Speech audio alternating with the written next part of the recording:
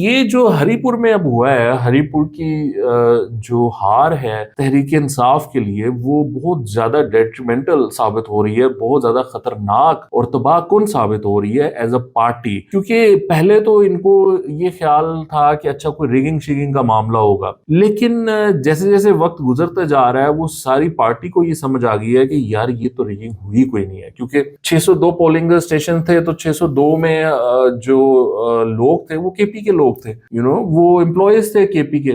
तो ये तो हो नहीं सकता कि जहां पर 12 साल से आपकी हुकूमत हो, वहां पर जो एम्प्लॉयज हैं गवर्नमेंट के, वो उठ के नून लीग का साथ दे रहे हैं। That's just not possible, practical नहीं है ना ये चीज। और फिर जब सीएम ने आगे धमकी भी दी हो 2 दिन पहले कि अगर तुमने कुछ किया तो मैं तुम्हें जिंदा नहीं छोड़ूंगा, literally said I will kill you, तो वो अब उस सिनारियो में कैसे पॉसिबल है कि वो वाले जो जो प्रिजाइडिंग ऑफिसर्स हैं वो दूसरी का साथ दे। अच्छा, वो हुआ भी नहीं है क्योंकि मतलब प्रैक्टिकली भी इनको इन्फॉर्मेशन है, इनके जो पोलिंग एजेंट्स होते हैं वो हर पोलिंग बूथ में बैठे हुए थे। तो वो काउंटिंग वहां पे फेयर हुई है, जो रिजेक्टेड वोट्स हुए हैं वो वाकई रिजेक्टेड थे, वो सही नहीं थे वोट्स, मतलब वो सारा कुछ ठीक हुआ है, उनके पोलिंग एजेंट्स ने उनको ये बताया है। अब वो उनको ये ख्याल आ गया है, ये समझ आ गई है कि ये तो हम वाकई ही 44,000 की लीड से इलेक्शन हार गए हैं। अब इंटरनली उनको ये समझ आ गई है कि यार ये क्या हुआ हमारे साथ, हम केपी में एक इतनी बड़ी लीड से जीती हुई सीट को इतनी बड़ी लीड से हार गए हैं। How is it